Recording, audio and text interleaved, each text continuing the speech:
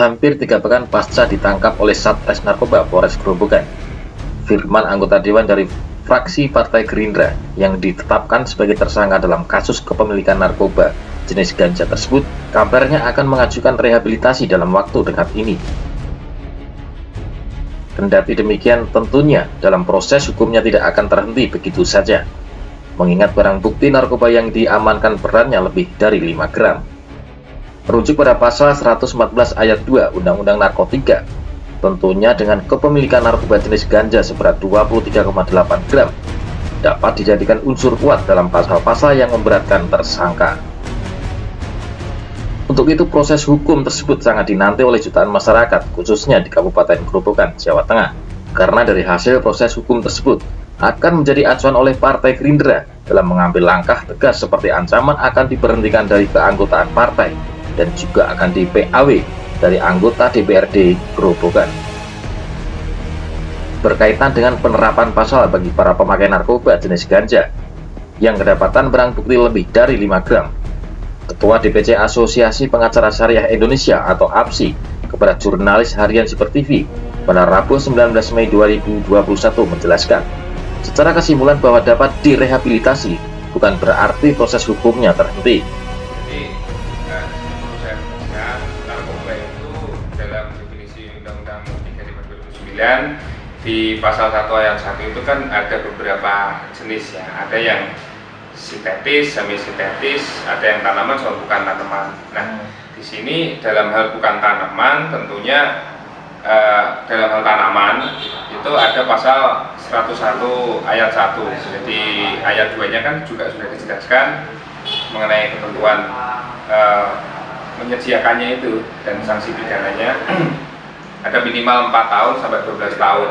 Bila mana terbukti seorang menguasai, menyimpan, memelihara narkotika golongan 1 sebagaimana ada dalam lampiran Undang-Undang 35/2009.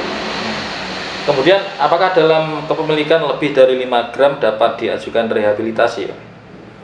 Jadi begini, kalau untuk rehabilitasi sendiri itu merujuk di Surat Edaran Mahkamah Agung nomor 4 tahun 2010 itu untuk yang golongan 1.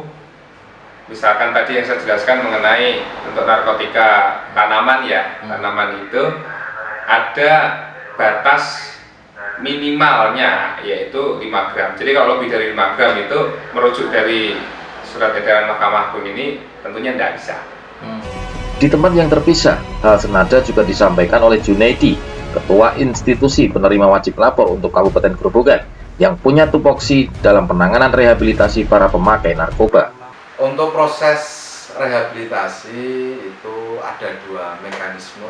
Yang pertama adalah proses rehabilitasi secara mandiri, di mana seorang korban atau pecandu penyalahgunaan narkoba ini bisa mendapatkan layanan rehabilitasi dengan melakukan lapor diri ke institusi penerima wajib lapor.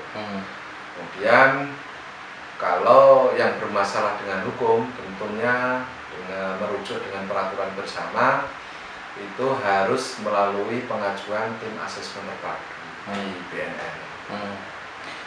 Artinya bila mana sudah direhabilitasi, apakah proses hukumnya berlanjut atau terhenti?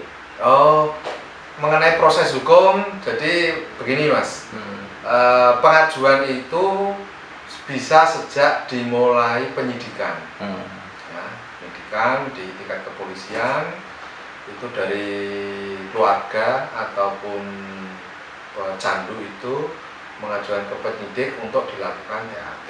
Nah, kemudian proses TAT itu nanti akan muncul rekomendasi yang dikeluarkan oleh tim asesmen terpadu yang dibentuk oleh BNN Provinsi atau BNN Kabupaten Kota. Jadi pengajuan asesmen itu ketika yang pecandu itu disangkakan di pasal 127. Jadi penyalahguna, bukan pengedar atau bandar kan gitu. Jadi tambahan himbauan ke masyarakat agar bisa terhindar dari narkoba. Ya. Jadi narkoba ini sangat merugikan dan merusak moral bangsa kita. Apalagi sekarang ini dengan perkembangan zaman jenis narkotika ini bermacam-macam, dari anak-anak berupa permen sampai sekarang ini ada namanya yang lagi tren juga ada tembakau gorila, yaitu narkoba sintetis.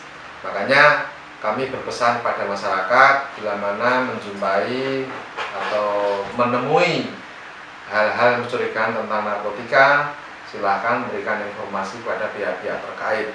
Kemudian bagi orang tua tentunya harus selalu aktif komunikasi atau mengawasi anak-anaknya untuk memilih pergaulan yang jangan yang salah kan begitu.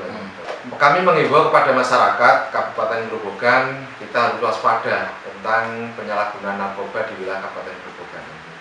Narkoba telah mengancam dari berbagai kalangan, anak-anak, remaja, dewasa, maupun tokoh masyarakat. Karena celah penyalahgunaan narkoba ini sangatlah banyak. Salah kita bergaul, disitulah nanti ada kesempatan kita menyalahgunakan narkoba. Untuk itu, kami institusi penerima wajib lapor Pesantren Rehabilitasi Sosial Nafsa Al-Ma'la Kabupaten Grobogan menghimbau bagi penyalahguna atau pecandu narkotika, silakan lapor diri ke IPWL dan kami dengan senang hati akan melayani sepenuh hati untuk menjadi 100% pulih, terampil, mandiri, tangguh, dan anti narkoba. Sampai pada berita ini ditayangkan, dari Harian Siber TV belum bisa mengkonfirmasi untuk keberimbangan berita ini dari pihak Partai Gerindra khususnya di DPC Kabupaten Grobogan. Dari Kabupaten Grobogan, Jawa Tengah, Suwarno, Harian Siber TV melaporkan.